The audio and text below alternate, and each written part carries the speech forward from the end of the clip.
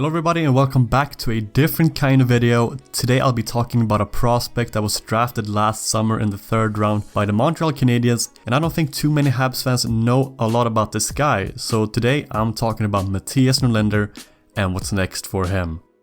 Before we get into talking about his future, let's have a quick look at his player profile. We're gonna get into his stats and all that later, but Norlinder is a 20-year-old defenseman that played for Modo in Allsvenskan, the 2nd highest league in Sweden, and while he is 20 years old, he only just turned 20 a few weeks ago, so he was 19 years throughout the entire season. Now, if you're completely in the dark when it comes to this player, he was actually draft eligible for the 2018 draft, but no one picked him, so he went back to work, put in a solid 18-19 season, and was drafted at 64th overall by the Montreal Canadiens, and since then, he's had an even better 19-20 season, and is now a very promising prospect for the Habs. And if you did a redraft at the 2019 draft, I think he would go higher than what he did in the real draft. So let's have a quick look at what makes him such a good player. Norlinder is a puck-moving defenseman with excellent skating, and it's the first thing that will stand out when you watch him. There's just something so smooth with his strides, and it's hard to really put into words, but I just love it. He's also a really smart player in both ends of the ice, and from what I've read, his teammates describe him as mentally strong, confident, and he's not afraid to make mistakes, which I absolutely love. And sure, you're gonna get some mistakes that lead to goals, but allowing young defensemen take the opportunities they get and really show what they can do. And as you'll see, he does serve up some sweet highlights thanks to his skating and his stick handling, which is also pretty insane. His size has been a problem at times for him. He is only 6 foot and not the biggest guy, so naturally playing in a senior league, he'll get outmuscled at times, but given the current situation in the world, you know, with this virus going on, he'll have a lot of time to bulk up during the summer ahead of next season. Looking at what he did this season, he put up 7 goals and 11 assists for 18 points in 34 games for Modo in Allsvenskan.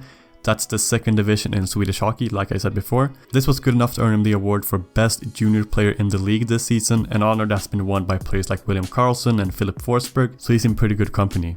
And at face value, 17 points in 34 games doesn't sound that amazing, but when you put things into perspective, he was a 19-year-old defenseman putting up half a point per game while playing with men. It makes the stat pretty impressive.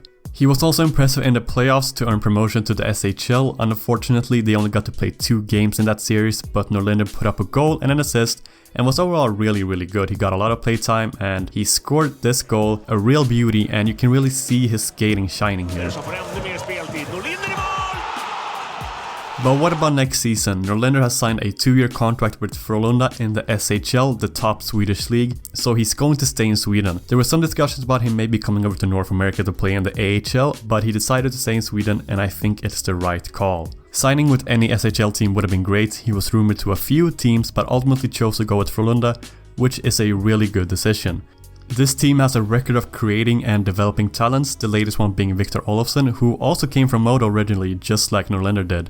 And if you remember, Victor Olofsson had a really good rookie season in the NHL, and he was with Frölunda for 2 seasons before coming over to North America. But they've also developed players like Erik Karlsson, John Klingberg, and more recently Rasmus Dahlin, and that's just to name a few. There's a whole lot more players that they've developed. And Lucas Raymond plays for them too, so they're an organization that likes to go with youth, but they're also one of the best teams in Sweden. So this is a perfect environment for Norlinder to develop and take that next step. I talked about his size earlier and the fact that he's going to have a lot of time to bulk up now when the season is officially done. If you didn't know, Sweden have cancelled all hockey until next season, so Norlinder will have a lot of time here to work on himself, and he's already started skating with his new team, so he's going to have plenty of time getting to know his new teammates as well, which is great. Looking ahead and looking at his development, it's going to be an interesting 2 years here for him. He's obviously got a lot of talent. His skating alone could get him into the NHL already.